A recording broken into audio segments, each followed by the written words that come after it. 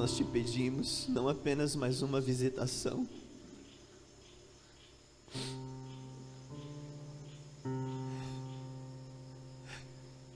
te pedimos que o Senhor venha habitar entre nós, Senhor. Que venha o teu reino, que seja feita a tua vontade na terra como é no céu.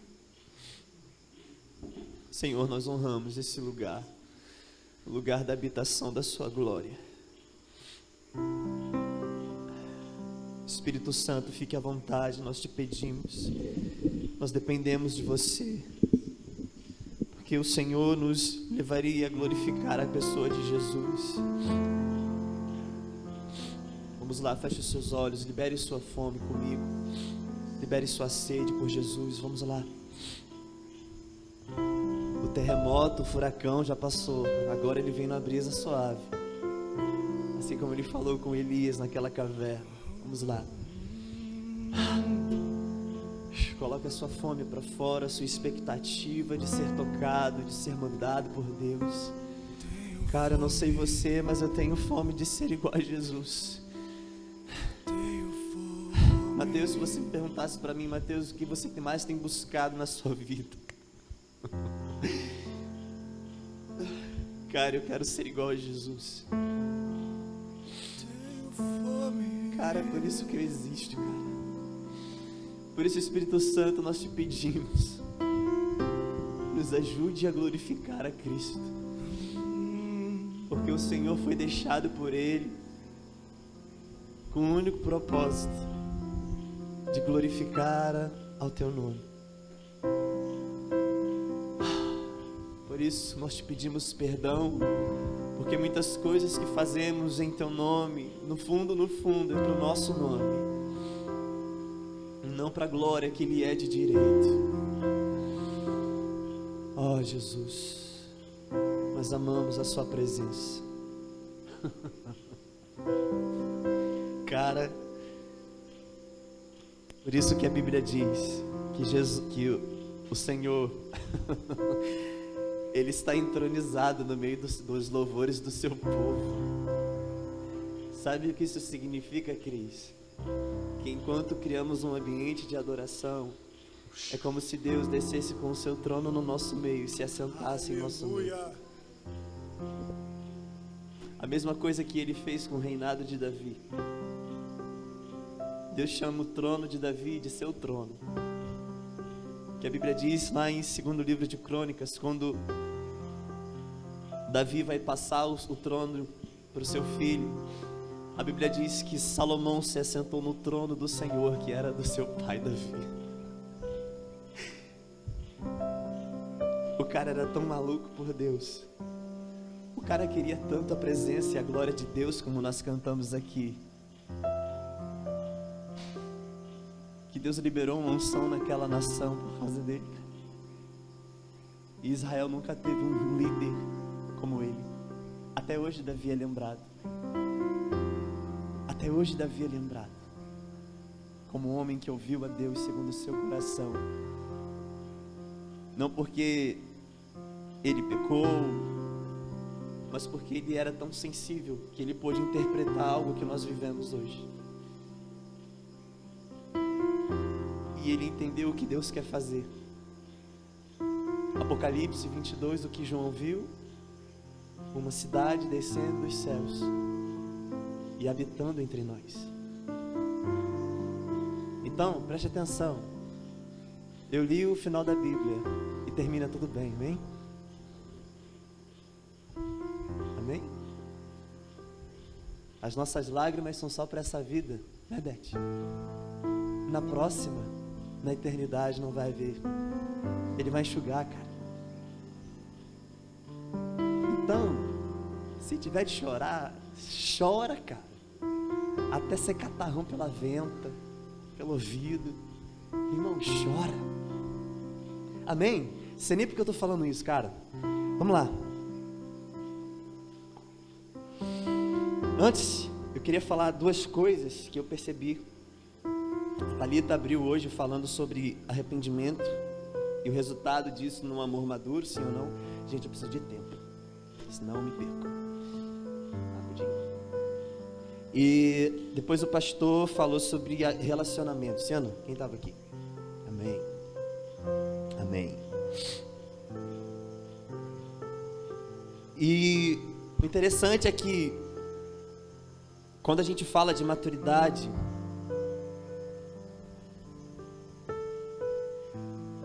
não tem como a gente viver maturidade sem passar por essas duas coisas. Nós vamos ver isso hoje. Eu quero falar com você sobre o propósito eterno de Deus. Plano eterno. E o que eu percebi é que lá no jardim, quando o homem peca, e nós sabemos que houve a restauração, Cristo veio, abriu novamente esse caminho de volta para nos reconciliar com Deus. Só que mais um pouquinho à frente você vai ler que como resultado da queda, teve um irmão que matou um outro irmão. Caim mata Abel, e quando ele é perguntado por Deus, ele fala assim: por acaso eu sou o guardador do meu irmão? Então olha como que se encaixou. A Thalita vem falando sobre reconciliação com o Pai, e o pastor veio falando qual é o efeito dessa reconciliação com o Pai, que é o ajuste no meu relacionamento com meu irmão.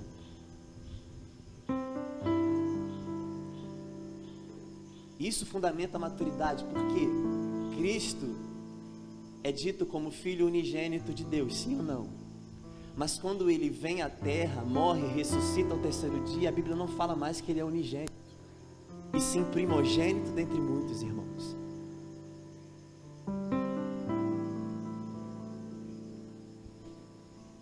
Então ele vem, deixa um exemplo, se torna responsável por muitos irmãos, como numa família.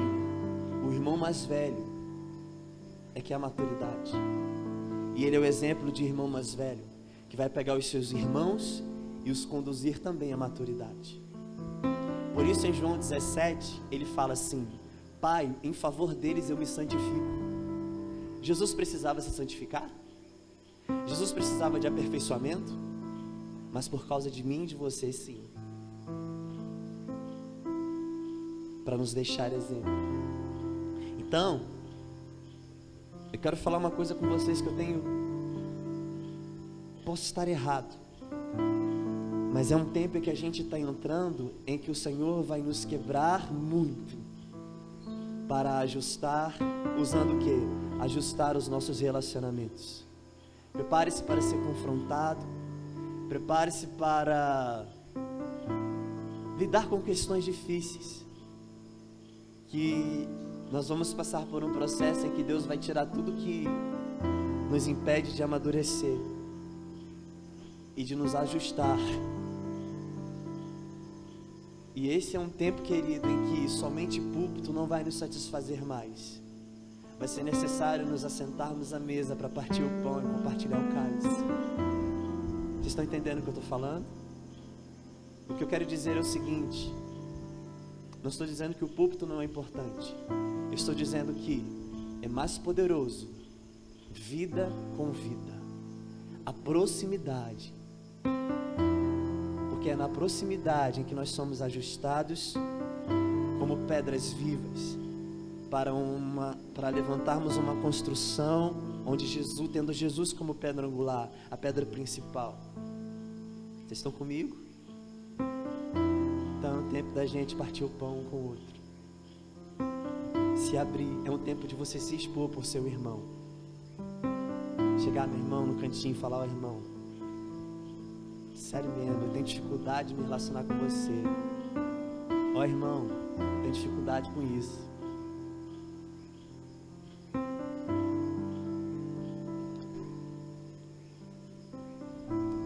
Vocês estão me ouvindo agora?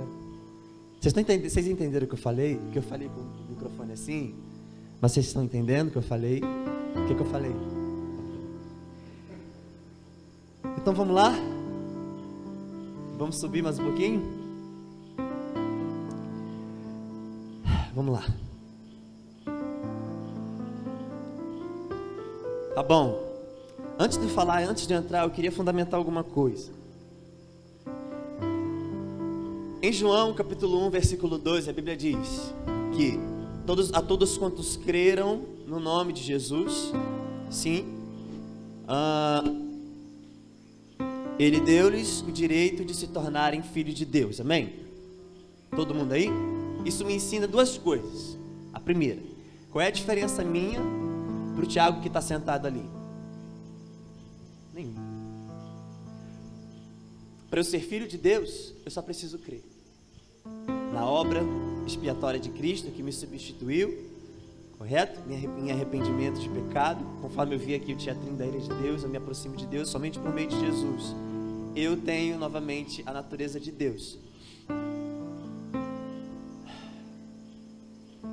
Então, só que Deus não faz acepção de pessoas, mas os filhos entre si, existe uma diferença, só que voltada para a maturidade. Filhos, ali nessa parte, no versículo 12 de João 1,12, a palavra que é usada é para filho bebê, recém-nascido. Recém-nascido. E, como eu disse, o que eu preciso fazer para se tornar filho de Deus é crer. Isso, então, por exemplo, não tem diferença nenhuma entre mim, eu e uma pessoa que é usada pra caramba por Deus. Estão comigo? Amém? Então, o que acontece? Quando você crê em Jesus, automaticamente você volta à sua origem, que é o Pai, ok? Por quê? E se você quiser anotar, não vamos abrir, porque por causa do tempo. Porque hoje eu estou desacelerado. Hoje eu estou meio desacelerado. Por quê? Filiação é a nossa origem. Porque em Efésios 1,4, se você for abrir, você vai ler, a Bíblia diz que Deus nos elegeu nele antes da fundação do mundo. Nós viemos do Pai, correto?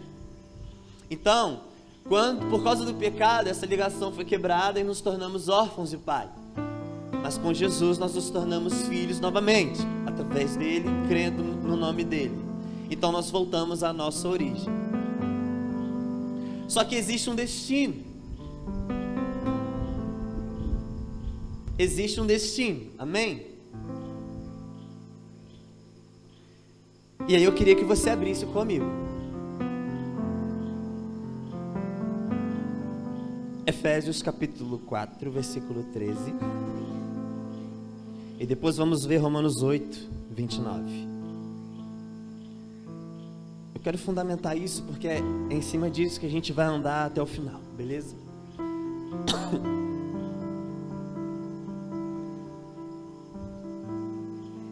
Efésios 4, versículo 13. Ai. Nossa, parece que um trator passou em cima de mim. Com a mão, Jesus, faz de novo.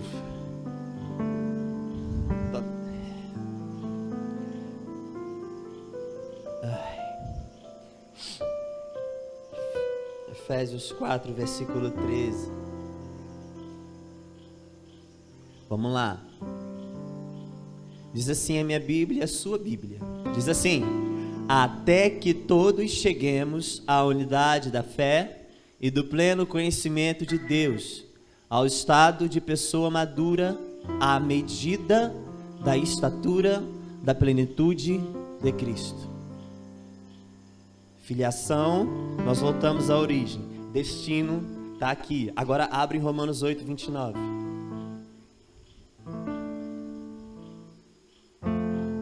Romanos 8, 29 diz assim, a minha Bíblia e a sua também. Vamos lá.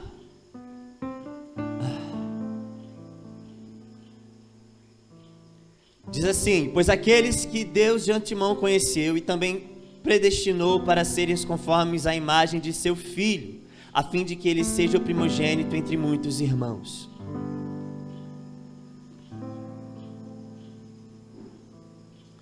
Então nós lemos dois textos aqui que falam o seguinte: o propósito de Deus para nós, uma vez nascidos de novo, é até que cheguemos à plenitude da estatura de Cristo. Então, com arrependimento e fé, eu volto à minha filiação original a Deus Pai, origem, destino, maturidade. me tornar a imagem e semelhança de Cristo. Vocês estão comigo? Ok? Então a filiação é a nossa origem e a maturidade é o nosso destino. Por isso que crescer não é mais uma opção para você, querido. Crescer não é mais uma opção para você. Crescer é uma condição de quem é saudável, de quem nasceu de novo. Então não existe mais essa opção de eu não me interessar no meu crescimento espiritual. Porque crescer é natural de alguém saudável. Olha para o lado natural da coisa. Se eu nasci pequenininho, mas se eu permanecesse, com o passar do tempo, 10, 15, 20 anos com a mesma estatura, cara, pode ver alguma que é problema. Vocês estão entendendo? A ciência chama isso de doença. E crescimento espiritual é a mesma coisa. Precisamos crescer. Precisamos continuar, precisamos seguir o nosso destino. Só que uma coisa interessante é, Deus não vai te obrigar a viver isso. Nós precisamos chegar a esse destino, que é a nossa maturidade. Então não existe, cara, a possibilidade de alguém ter nascido de novo e não querer almejar o crescimento espiritual. Não existe.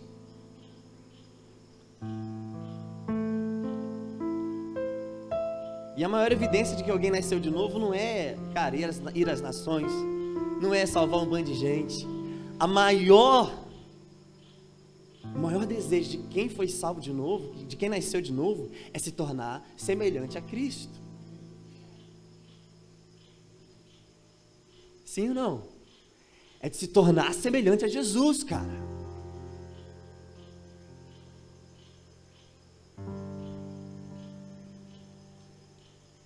Então, eu queria fundamentar isso com você, amém? Maturidade não é um assunto para te fazer a tua vida melhor. Maturidade não é para melhora de vida. Maturidade, cara, é uma necessidade. É um fundamento que está dentro do propósito de Deus, para sua noiva, para sua igreja e para cada um de nós. Por isso, Cristo em nós é a esperança da glória. Porque Cristo é o nosso destino, nos tornarmos semelhantes a Jesus. Essa é a maturidade. Agora abra comigo João 20.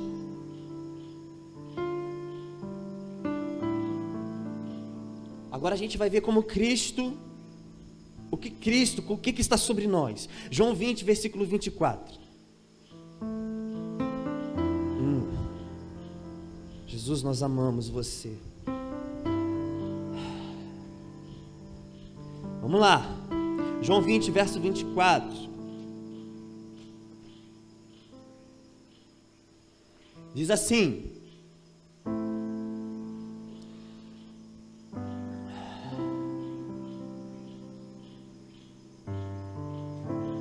opa, 21, perdão. Vamos lá, versículo 21. João 20, versículo 21, todo mundo junto? Vamos lá. E Jesus lhes disse outra vez: que a paz esteja com vocês. Assim como o Pai me enviou, eu também envio vocês. Perceba isso. Olha o que Jesus estava falando. Galera, assim como o Pai me enviou, eu estou enviando vocês. Ou seja, Jesus estava dizendo o seguinte: que assim como eu estou submisso ao propósito do Pai que está sobre mim, eu envio vocês ao mesmo propósito. Então, querido, por que existem crises existenciais na nossa vida? A falta de propósito vai gerar na gente crise. A falta de direcionamento vai gerar na gente carência. E isso, cara, se representa num senso de falta de propósito. Chega um determinado momento na sua vida que você não sabe a quem você vai agradar, o porquê que você está vivo e por que você está fazendo, o que você está fazendo da vida. E olha o que acontece quando a gente não tem um senso de propósito. Presta atenção. Quando nós temos essa clareza, o que acontece? Nós viveremos por outro propósito que é muito inferior ao eterno, que é um terreno. E por vivermos um propósito terreno, nós nos tornamos inimigos da cruz. Porque se eu vivo para a vida dessa terra, se eu vivo nesta terra, eu sou o homem mais miserável da terra. E a Bíblia diz lá em Filipenses 3, no verso 17 ao 21, que os inimigos da cruz, o Deus deles é o ventre, porque eles vivem para os seus interesses. Então, quando eu vivo na vida da terra, quando eu vivo com uma mentalidade ou propósito terreno, que é muito inferior ao eterno, eu mudo o significado da cruz e vou buscar coisas que me satisfaçam nessa terra. Busco os meus interesses e me torno inimigo da cruz. Cara, vamos ler isso, para você não achar que eu estou falando. Filipenses 3, 17 e 21, abre aí.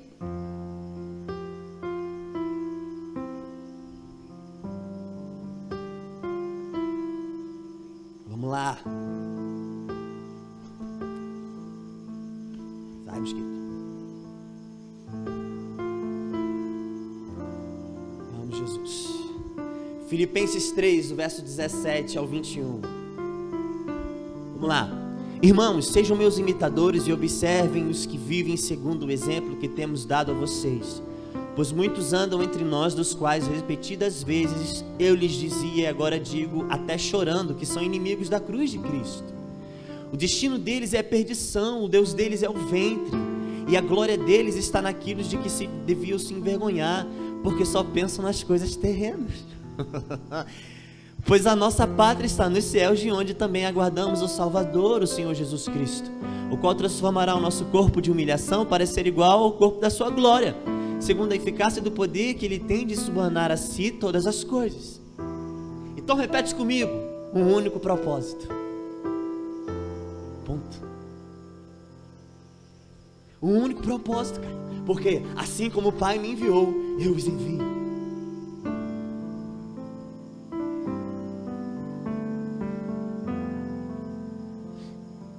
Querido, deixa eu te falar uma verdade que me rasgou ao meio. Nós não fomos, cara, chamados para viver algo diferente daquilo que Cristo viveu. Nós não fomos chamados para viver algo diferente daquilo que Cristo viveu.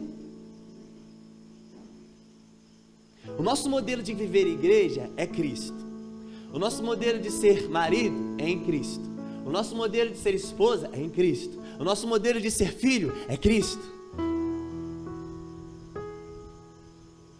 Não fomos chamados para viver algo diferente. É Cristo. É Cristo. É Cristo. Então, querido, guarde isso. Nós somos enviados por Cristo, debaixo do mesmo propósito ao qual que Ele estava submisso. Jesus estava debaixo de um mesmo propósito eterno de Deus, cara. E Ele foi enviado nisso, e enviou seus discípulos nisso, e precisamos andar nisso.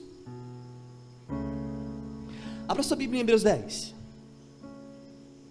Hebreus 10. Hebreus 10. Vocês entenderam o que é? Moisés. Hebreus 10. Agora eu vou fazer um teatrinho.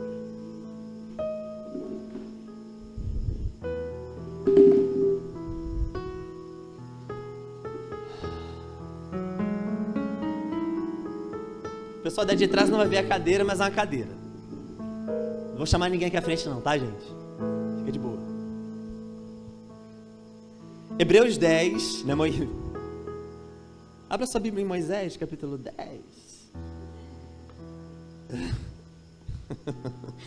Hebreus 10, versículos 5 ao 7. Isso, do 5 ao 7. Vamos lá. Então vamos lá, guarde isso. Nós somos chamados para viver, nós não fomos chamados para viver algo diferente daquilo que Cristo viveu. Amém? E somos enviados por Cristo debaixo do mesmo propósito ao qual Ele estava submisso. Ok? Hebreus 10, versículos 5 ao 7. Olha o que, meu Deus, olha o que isso aqui fala. Olha aqui. Tá todo mundo com a Bíblia aí aberta? Olha essa bazuca no estômago, olha. Por isso, ao entrar no mundo, Cristo disse: sacrifício e oferta não quiseste, mas preparaste um corpo para mim. Isso ele falando para Deus Pai, tá? Não te agradastes de holocaustos e ofertas pelo pecado. Então eu disse: eis-me aqui, aqui estou. No rolo do livro está escrito a meu respeito: estou aqui para fazer, ó Deus, a sua. Lá vão ter. Cara, agora lê esse texto baseado naquilo que a gente fundamentou. Você não foi chamado para viver algo diferente. Isso aqui não, fofura. Não.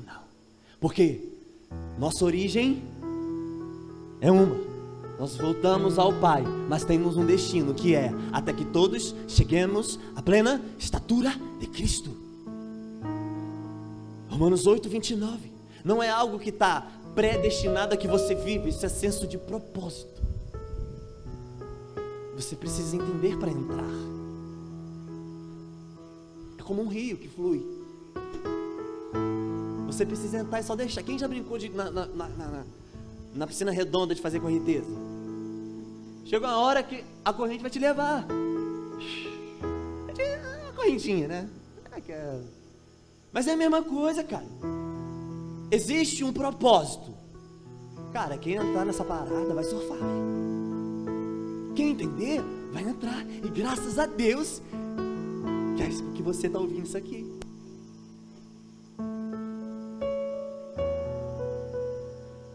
Eu sinto que Jesus está trazendo para a gente hoje, sabe? Um alinhamento de propósito. Um senso, cara. Você vai sair daqui. Eu oro a Deus, cara, sai de coração. Não se escandalize com o que eu vou falar aqui, não. Eu oro a Deus que as palavras que estão sendo liberadas aqui estraguem a sua semana. Que você não consiga dormir de raiva de você mesmo. Cara, isso é avivamento. Sabe? Tá certo que às vezes o culto, a gente vem, porque a profecia é assim, ela consola, edifica e exorta, né? Tem culto às vezes que é só para consolo. Aí você sai, você tá voando. Tem outros cultos que é pau. Cadê a Sueli? Sueli é profeta. Dia. Aí o pastorzão, pastor Johnny. Esse dia foi engraçado. Estava na reunião. Aí pastor Johnny vem, dá aquela palavra, né, de encorajamento, pastor. Aí vem a Dinha, profeta. Mano, o profeta bota a formiga na tua cadeira. Esse é o profeta. É nítido os dois. Então assim, eu creio muito, de coração, cara. Deus quer mudar a sua vida.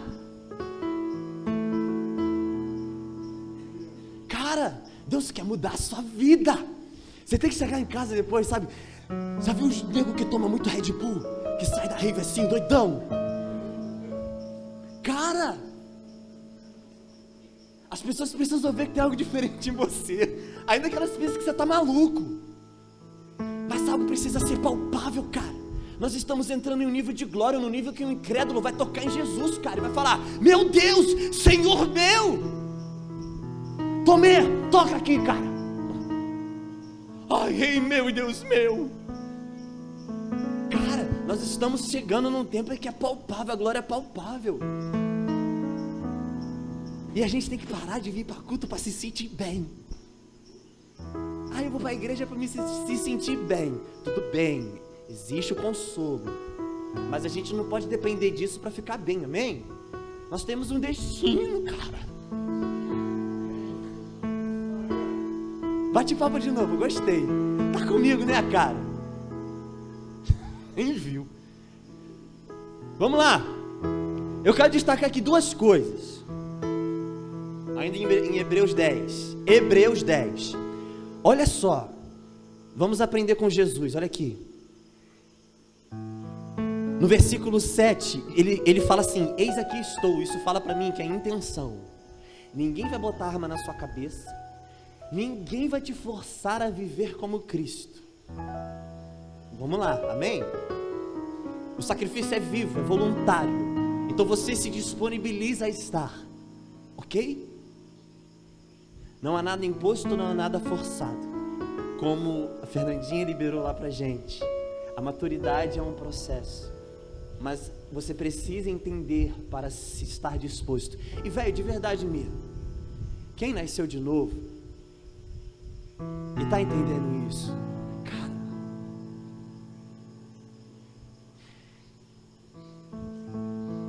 sabe por que eu falo isso? Tempo de igreja não significa que você é maduro. Existia um menino nos tempos dos reis de Israel. Enquanto em Judá, alguns reis, cara, fizeram uma farofa no culto a Deus, misturaram um bando, levantaram altares a deuses estranhos, profanaram o templo, fizeram um bando de quiprocó. Cara, aí vem um menino, Josias. A primeira coisa que Josias faz foi restabelecer o culto a Deus. Porque ele ouviu que um cara lá estava fuçando não sei o que lá, achou um livro da lei. Aí, ô Josias, chega aí. Aí Josias estava lá, de repente o cara abre o livro da lei e começa a ler. Josias pirou a cabeça, rasgou as vestes e falou: pelo amor de Deus, cara, a gente vai entrar em juízo.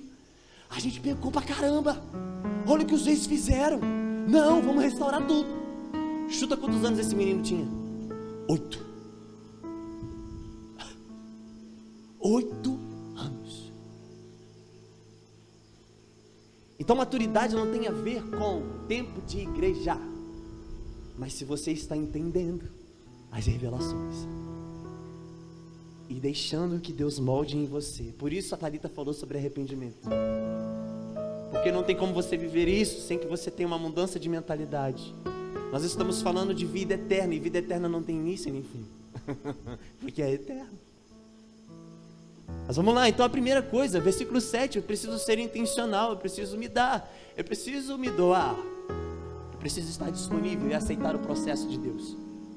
A segunda coisa, é isso aqui que eu quero entrar, isso aqui me machucou. Versículo 7. Então eu disse, aqui estou, ainda no versículo 7, agora, lá. No rolo do livro está escrito a meu respeito. Estou aqui para fazer a tua vontade, ó Deus. Preste atenção nisso. Todo mundo quando nasce, cara, tem uma vida. Idiota, claro. Do início do seu nascimento. Tá aqui, dá oi pro início do nascimento. Oi, barriga de mãe. Até o fim da sua vida, que é a morte. Dá oi pra morte.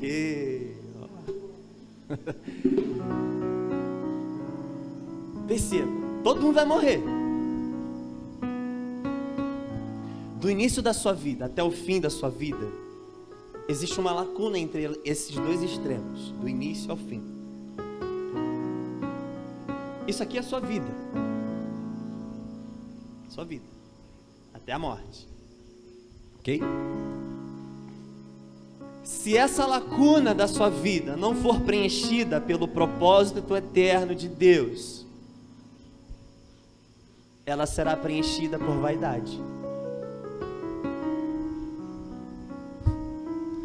Se a sua vida, se essa lacuna não for preenchida pelo propósito eterno de Deus, você viverá vaidade.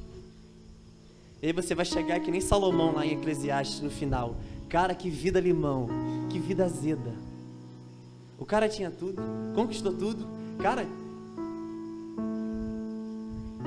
aí no final para ele falar, é tudo vaidade. É tudo vaidade. Com isso eu aprendo uma coisa.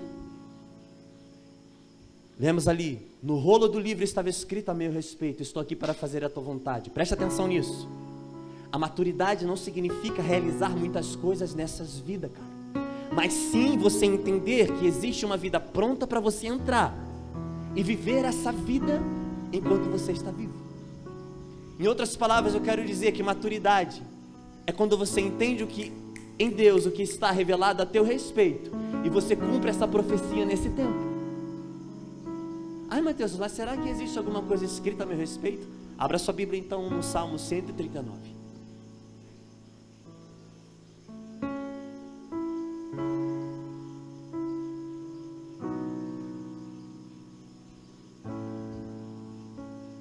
Eu quero te mostrar isso aqui, isso foi rasgante no meu coração.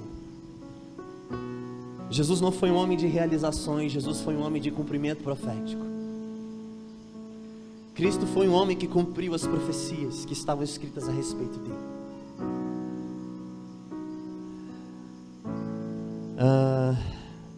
Eu falei o quê? Salmo 139. Vamos lá. Versículo 13. Olha isso aqui. Salmo 139, versículo 13. Do verso 13 ao 18. 13 ao 18. Diz assim: pois tu formaste o meu interior. É o salmista falando. Tu me teceste no ventre da minha mãe. Graças te dou, visto que de modo assombrosamente maravilhoso me formaste. As tuas obras são admiráveis, e a minha alma o sabe muito bem. Versículo 15. Os meus ossos não te foram encobertos, quando no oculto fui formado e entretecido como nas profundezas da terra. O versículo 16 é a chave. Os teus olhos viram a minha substância ainda informe, e no teu livro foram escritos todos os meus dias. Cada um deles escrito e determinado quando nenhum deles ainda existia. Sabe o que isso significa, Tiago? Que a história do homem, a sua história não veio quando você nasceu. Ela já estava pronta, cara. Por isso que Jesus falou para os seus discípulos: ei, vocês precisam perder a vida de vocês. Eu tenho uma vida pronta para vocês entrarem e viverem no sobrenatural. Só que nós lemos o determinado e achamos que vamos viver isso de qualquer maneira. Não é assim. Abra sua Bíblia em Lucas 24, você vai ver como isso se aplicou em Cristo. Vamos voltar ao fundamento? Nós não fomos chamados para viver algo diferente daquilo que Cristo viveu.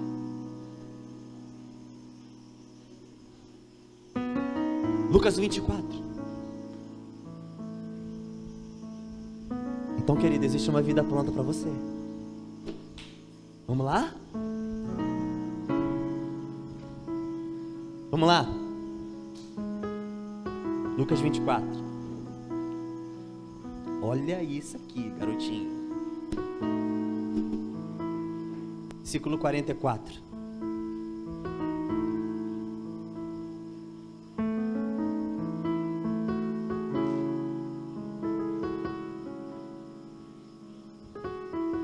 A seguir, Jesus lhes disse: são estas as palavras que eu lhes falei, estando ainda com vocês. Era necessário que se cumprisse tudo o que está escrito a respeito de mim, na lei de Moisés, nos profetas e nos salmos. Era necessário que se cumprisse tudo o que está escrito a respeito de mim. Fala assim: é necessário que se cumpra tudo que está escrito a respeito de mim.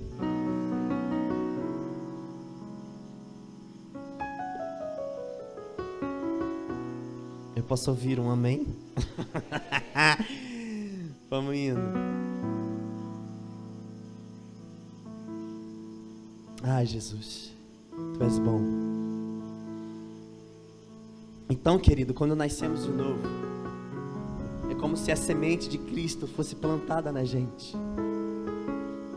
Como Maria, que recebe a semente do Espírito Santo, e agora ela começa a gerar Jesus, a desenvolver Jesus dentro dela, até ela dar à luz uma semente.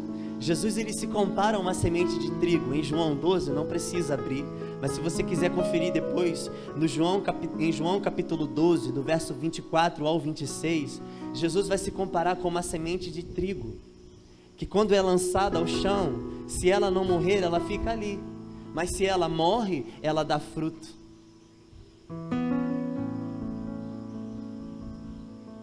Então cada um de nós temos essa semente dentro de nós. O problema é onde essa semente vai cair. Se ela cai no espinho, ela não vai frutificar. Se ela cair na rocha, ela não vai frutificar. Se ela cair entre espinhos, ela não vai frutificar. Ela precisa cair em boa terra.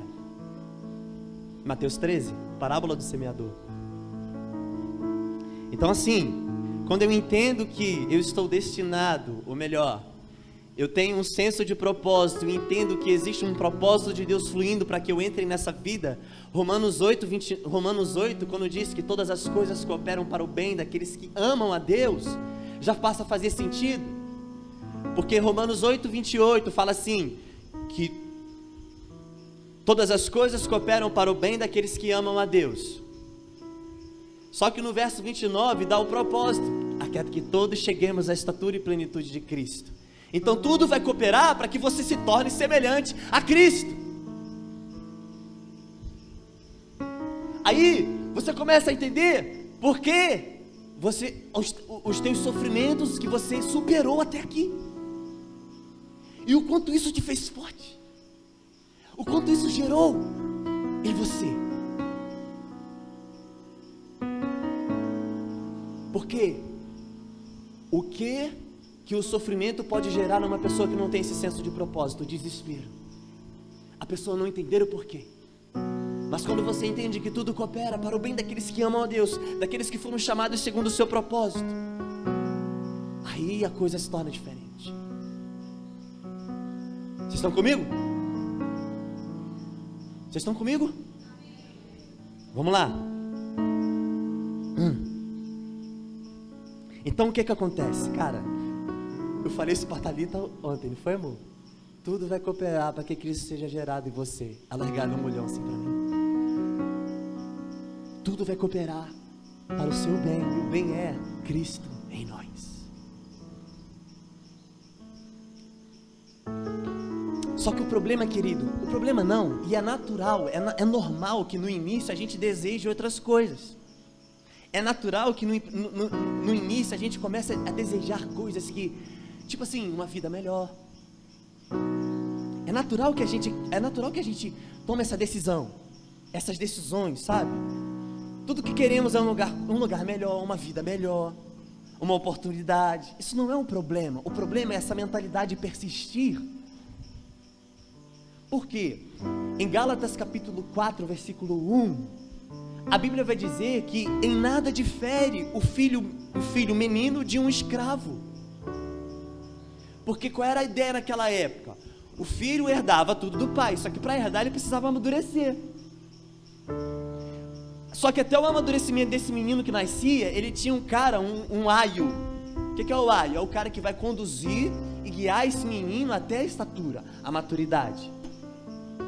E por que Paulo fala que em nada ele difere do escravo? Porque escravo ele não tinha direito nenhum, ele não tem direito à herança. Os servos, eles não tinham direito à herança naquela época. E aí o que acontece? Por que em nada o filho menino se difere do escravo? Porque o filho ainda não tem noção da herança que o aguarda. E quando ele não sabe que tem noção, quando ele não tem noção da herança que o aguarda, ele começa a pedir coisas que já são deles por herança. Tipo assim, uma coisa de doido. É tipo assim, o carro é do seu pai e você pede, pai, me dá seu carro. Cara, mas já é seu. Entende? Então é natural que no início, e imaturidade não é pecado, é natural que a nossa mentalidade seja imatura no início, porque é um processo. E sabe, não se sinta inferior por muitas vezes você vê que em determinado assunto você ainda não é maduro, porque não é um pecado. O problema se torna que se essa mentalidade persistir, nós não vamos entrar em um propósito, porque filhos meninos, eles procuram os seus interesses. A imaturidade vai fazer com que você procure o seu interesse. Nós lemos em Filipenses 3 que quem busca os seus interesses não entendeu a cruz. Então assim, se filhos imaturos procuram os seus interesses, os filhos maduros se renunciam os seus interesses pela responsabilidade que eles têm pelo propósito. Qual o propósito? Filho maduro é sinônimo de responsabilidade. Eu sou responsável pelo propósito que há no coração do meu pai, e também sou responsável pelo propósito que envolve a minha família em Deus, que são os meus irmãos. Quem é que tem irmão mais novo? Quando seu pai e sua mãe saem, você tem que cuidar deles, cara. Se tiver 3 em casa, e 3 pedaços de frango, e 2 pedaços de frango, você vai ficar sem frango, cara. Porque o filho maduro, ele é responsável, ele renuncia, ele não busca seus interesses. E como é que Cristo agiu como filho maduro? Na cruz ele disse: Pai, a ti eu entrego o meu espírito. Eu não vim fazer a minha vontade, mas a vontade daquele que me enviou.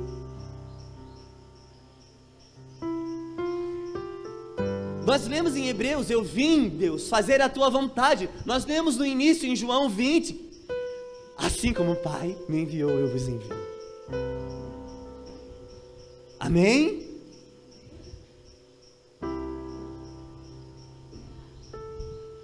Então nós não podemos mais buscar os nossos interesses, cara. Nós não podemos mais gastar o nosso tempo buscando os nossos interesses, uma vez que nós conhecemos o plano de Deus. Não podemos mais. E cara, sabe, eu cheguei a uma conclusão na minha vida, que no início, gente, eu não estou falando que você está errado por desejar coisas para vocês estão me entendendo? Eu disse que no início é normal, mas o problema é quando esse pensamento persiste. Entende? Precisamos mudar, porque assim como Cristo, assim como o Pai o enviou, Ele também nos enviou. Precisamos nos submeter a um propósito eterno. Então assim, no início essas coisas nos satisfazem, mas depois não é mais suficiente. Depois você se frustra. Porque você vai ver igual Salomão: nossa, velho, que zica, tudo vaidade.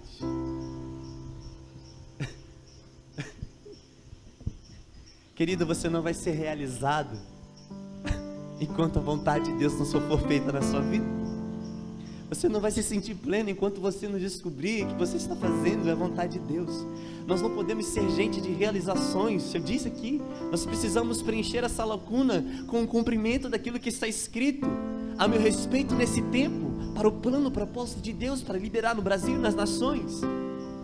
Eu preciso fazer parte disso. Abra sua Bíblia agora comigo em Marcos 10, já estamos terminando. Ah, Jesus, amamos a sua glória. Oh Deus, oh Deus.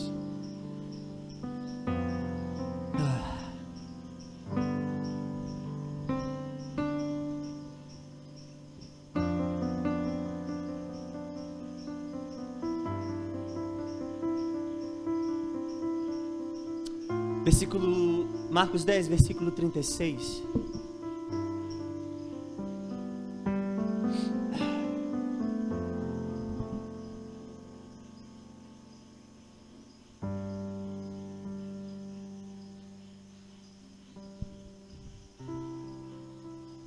Diz assim, vamos lá. E Jesus lhes perguntou, falando para os seus discípulos, dois discípulos: o que querem que eu lhes faça? E eles responderam: permite-nos que na sua glória nos assentemos um à sua direita e outro à sua esquerda. Mas Jesus lhes disse: vocês não sabem o que estão pedindo. Isso é normal, né, gente? No nosso início a gente não sabia o que a gente estava pedindo. Será que podem beber o cálice que eu bebo ou receber o batismo com que eu sou batizado? Eles responderam: podemos. Então Jesus lhe disse: vocês beberão o cálice que eu bebo e receberão o batismo que sou batizado. Quanto a sentar à minha direita ou à minha esquerda, não me compete concedê-lo, pois é para aqueles a quem está preparado. Então, assim, é natural você desejar e querer coisas sem você saber o que está pedindo. Mas olha que interessante. O que a gente tem desejado?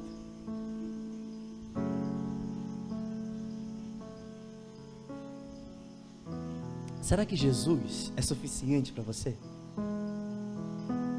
Ou você precisa de um namorado para se sentir preenchida? Ou você precisa de um relacionamento para se sentir preenchido? Ou você precisa de um emprego para se sentir preenchido? Será que Jesus, cara, essa semana a Dinha falou algo sobre a gente, falando algo sobre carência. E realmente, cara, nós precisamos, cara, ter uma revelação, Tamires, de Jesus. Porque Jesus é suficiente, meu irmão. Cara, Jesus tem tudo que você precisa, cara. E isso não é continho da carochinha, não é uma frase de efeito. Mano, a Thalita liberou hoje aqui a noiva dizendo para Jesus que o amor dele era mais prazeroso que a alegria. Isso significa que Jesus é mais prazeroso que a coisa mais prazerosa da vida que você acha que é prazerosa.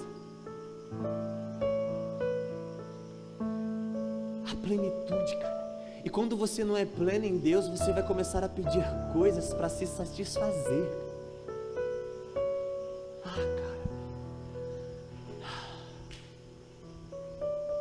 Por isso, em Cântico dos Cânticos 8, o amado fala assim para a igreja dele: grava o meu nome como um selo no seu coração, marca no seu coração o meu nome. Cara, que isso, cara? Nós precisamos voltar a um lugar, cara, onde Jesus era suficiente, sabia? Você lembra desse lugar? Você lembra desse lugar? Jesus precisa ser suficiente, cara. O problema é que a gente bebe da fonte errada. Vinde a mim e bebam, eu lhe darei de graça. Cara, se Jesus mandou o bebê dele, eu vou chapar a cara, velho. Entende? Até ver um chafariz assim saindo pelo meu ouvido. Irmão, essas águas têm que sair, cara. Deixa eu correr. Aí ele fala de uma coisa interessante, olha só. Agora ele vai falar sobre cálice. E ele afirma, né? Vocês beberão o cálice. E cálice fala de duas coisas, querido. Fala de uma vida que foi oferecida por nós, Juliana, e uma vida também para vivermos, porque esse cálice é compartilhado na ceia. Cara, o mesmo cálice que ele bebeu, ele compartilhou com os discípulos, Beth, e falou assim: olha só, o mesmo cálice que lá na frente, mais à frente, depois de cear, ele pediu: Deus, se possível, afaste de mim isso, não dá, mas seja feita a tua vontade, não a minha. Jesus estava compartilhando isso com os discípulos na ceia e falou assim: olha só, bebam todos.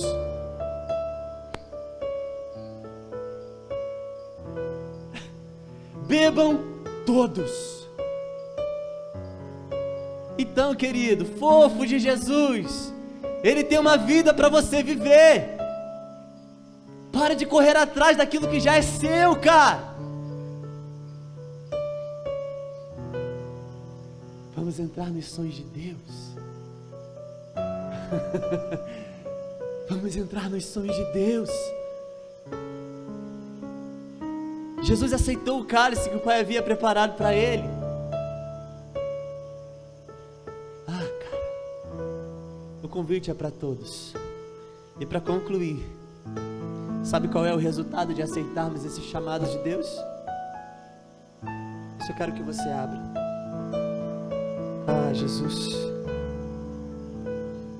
Mateus 27, versículo 54.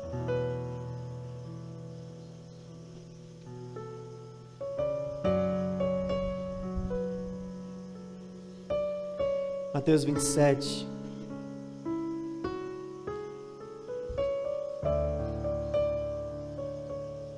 Versículo 54. Olha o resultado de aceitarmos beber do cálice do Senhor. Cara, isso é uma chave para a igreja nesses dias, cara.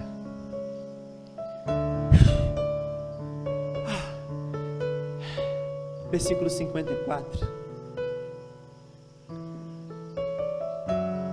Oh, Jesus. Você pode ler? O centurião e os que com ele guardavam Jesus, ou seja, Jesus estava crucificado, amém? O centurião e os que com ele guardavam Jesus, vendo o terremoto e tudo o que se passava, ficaram possuídos de grande temor e disseram: verdadeiramente este era o Filho de Deus, verdadeiramente este era o Ruiós de Deus. Eles viram um filho maduro, cara. E sabe onde eles viram um filho maduro, Fernando? Na cruz, morto. Depois que ele morreu, quem os ofensores puderam ver e reconhecer o Ruiós de Deus.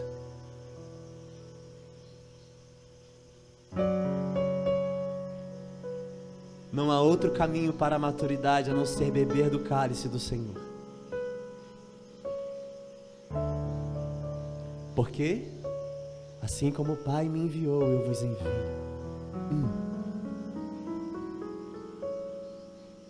Assim como o Pai me enviou, eu vos envio.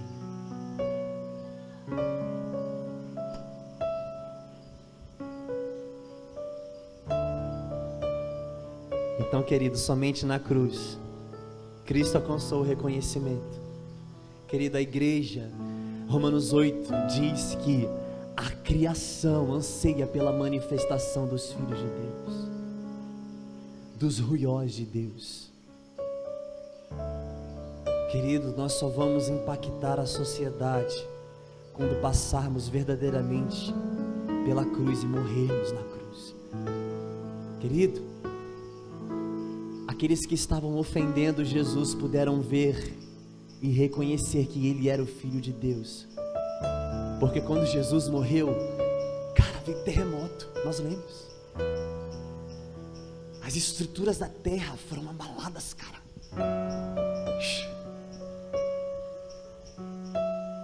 Querido, de tudo que você possa guardar nesse fim de semana, volte à cruz, por favor. Volte à cruz, por favor. Cara, não dá mais pra gente ficar nos mesmos pecados. Não dá mais pra gente viver uma vida de pecado. Não dá mais pra gente viver uma vida centralizada em nós mesmos. Vamos lá, porque depois da cruz tem o sepultamento. Depois do sepultamento tem a glorificação, meu amigo. E assim como Ele viveu, nós também viveremos, porque fomos enviados debaixo do mesmo propósito. Se Ele foi crucificado, nós também seremos. E ninguém se crucifica sozinho, meu amigo. Por mais que você consiga pregar os seus pés, consiga pregar a sua outra mão, quem vai pregar a outra mão que você está segurando o martelo? Ninguém se crucifica sozinho. Você precisa de um carrasco. Você precisa de alguém que mexa dentro de você, para que flua de você vida de Deus, cara. Por isso eu comecei falando de ajustar relacionamentos, porque é no relacionamento, cara, que eu sou ferido. É no relacionamento que eu permito ser ferido e posso dar ao meu irmão o que eu tenho, que é Cristo. O problema é que nós nos relacionamos por conveniência. Eu ando com a Ju, se eu concordo com a Ju. Eu ando com o Leozinho, se eu concordo com ele.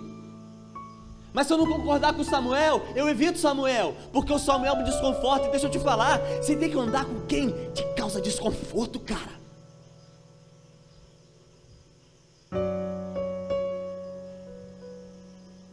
A gente tenta evitar o processo de Deus, que a gente fica com medo. Irmão, crucificado não tem mais vontade. Ele está ali mesmo para ser humilhado. Ele não tem mais desejo nenhum, ele só está esperando a morte, cara. Morre, coisa ruim. Eu preciso morrer. Porque quando Cristo morreu, o soldado que o feriu para ver se ele estava morto, saiu vida, cara. E sabe por que ainda doem as ofensas sobre você? Porque você não está morto. Porque quando você morrer, irmão, cara, a opinião das pessoas, a aceitação das pessoas não vai valer. O que importa é a voz dele.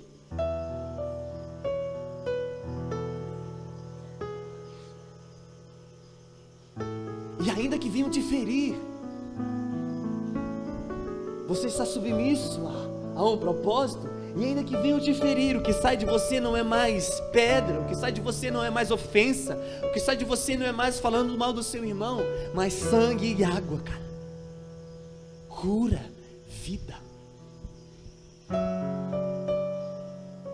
Porque assim como eu, o Pai me enviou, eu lhes enviei. Fique de pé.